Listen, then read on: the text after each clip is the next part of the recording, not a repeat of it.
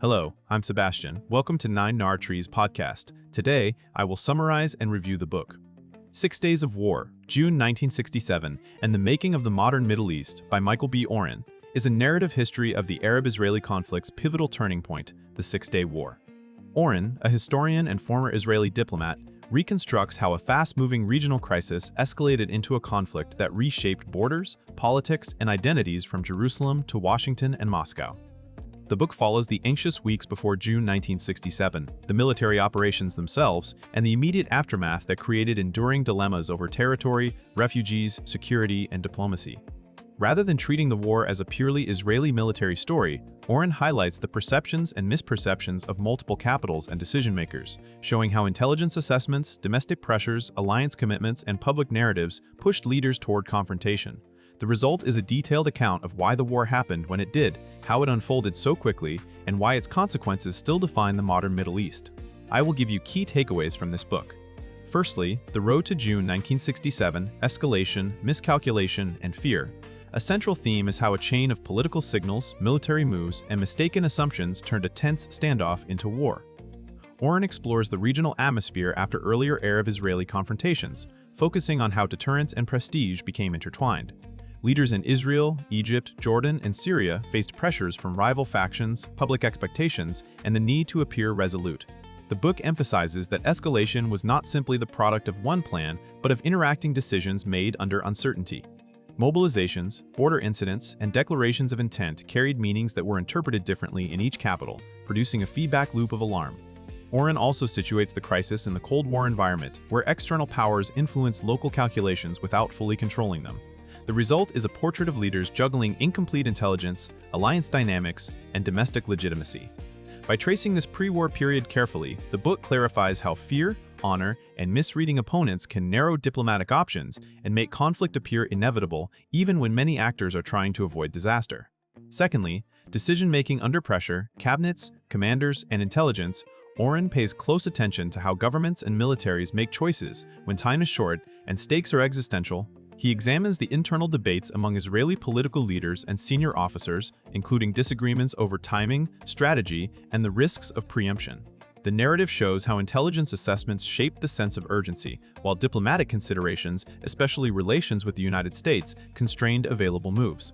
On the Arab side, he depicts how leadership structures, rivalries, and communication gaps affected readiness and command effectiveness. The topic is not merely who had better weapons, but how institutions process information and translate it into action. Oren highlights the friction between political goals and military feasibility, and the ways in which leaders are influenced by advisors, coalition politics, and public mood. The book also underscores the human element, pride, fatigue, and the desire to avoid humiliation can distort judgment. This focus helps readers understand why pivotal choices were made, why alternative paths were rejected, and how a handful of decisions set the conditions for a war that would unfold with startling speed. Thirdly, how the war was won, operational speed, and the battle for the narrative. The Six-Day War is often remembered for its rapid military outcome, and Oren explains the operational factors that made that pace possible, while also probing how each side interpreted events in real time. He outlines the logic of early moves, the importance of air power and mobility, and the cascading effects that occur when one front collapses and others are forced to react. Rather than presenting combat as an abstract map exercise, the book ties operations to strategic goals and political constraints.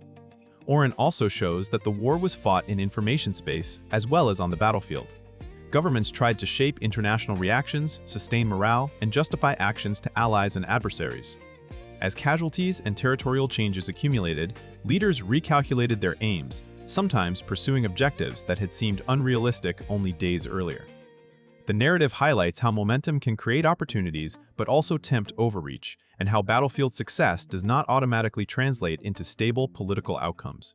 This topic reveals why the war ended quickly, yet produced problems that proved far more difficult to resolve than the fighting itself. Fourthly, superpowers and diplomacy, Washington, Moscow, and the limits of control. Oren frames the conflict within the broader Cold War, showing how the United States and the Soviet Union influenced regional players while struggling to prevent escalation. He examines diplomatic exchanges, crisis signaling, and the challenge of interpreting allies' intentions. The book illustrates how superpower relationships with Middle Eastern states were shaped by ideology, strategic access, and credibility, but also by domestic politics and bureaucratic competition. Oren portrays Washington weighing commitments, reputational costs, and the risk of a wider confrontation, while Moscow sought to protect influence and avoid a direct clash. This topic emphasizes the limits of external control. Even powerful patrons could not reliably steer clients once local leaders perceived their survival or legitimacy at stake.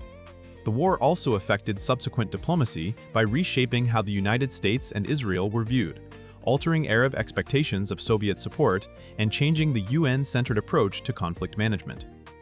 Oren's account helps readers see diplomacy not as a parallel track to war, but as an integrated arena where messaging, timing, and credibility can accelerate or restrain violence. It also clarifies how post-war diplomacy inherited unresolved questions that became embedded in later peace processes. Lastly, aftermath and legacy, territory, identity, and an unfinished settlement, the book argues that the most enduring impact of June 1967 lies in the political and moral dilemmas created by the war's territorial results. Oren explores how the new realities altered Israeli security thinking and domestic debate, while also transforming Palestinian politics and Arab state strategies. Control of Jerusalem and other contested areas intensified religious and nationalist claims, making compromise both more urgent and more difficult. The war reframed the conflict from primarily interstate confrontation to one increasingly centered on occupation, self-determination, and competing historical narratives. Oren also discusses how the outcome influenced later diplomatic frameworks and the language of land for peace, while leaving core disputes unresolved. The topic highlights how swift military victory can produce long-term governance challenges, international scrutiny, and internal divisions. It also shows how regional actors adapted. Some pursued military rebuilding, others shifted toward diplomacy, and still others embraced asymmetrical tactics. By mapping the immediate post-war debates and their ripple effects, Oren helps readers connect the 6 days of fighting to decades of subsequent instability, negotiations, and recurring violence, explaining why 1967 remains a reference point in nearly every serious discussion of the modern Middle East. In conclusion, this book suits readers who want a serious, readable account of the Six-Day War without reducing it to a single national perspective. Students of Middle Eastern history, international relations, military strategy, and diplomacy will benefit, as will general readers trying to understand why today's headlines so often echo decisions made in 1967. The practical value is its demonstration of how crises form. Leaders act on partial information, interpret signals through fear and pride, and become trapped by domestic politics and alliance expectations. Those lessons extend beyond the Middle East to any high-stakes conflict where deterrence, reputation, and rapid mobilization interact. Compared with many works that focus mainly on battlefield heroics or simplified blame, Oren's strength is synthesis. He connects political deliberations, operational realities, and superpower diplomacy in a single narrative, making it easier to see causation and unintended consequences. The book is worth buying because it offers both detailed storytelling and analytical framing, helping readers grasp how a short war produced long-term disputes over territory, legitimacy, and peace terms. If you want one volume that explains both how the war happened and why it still matters, this is a strong choice.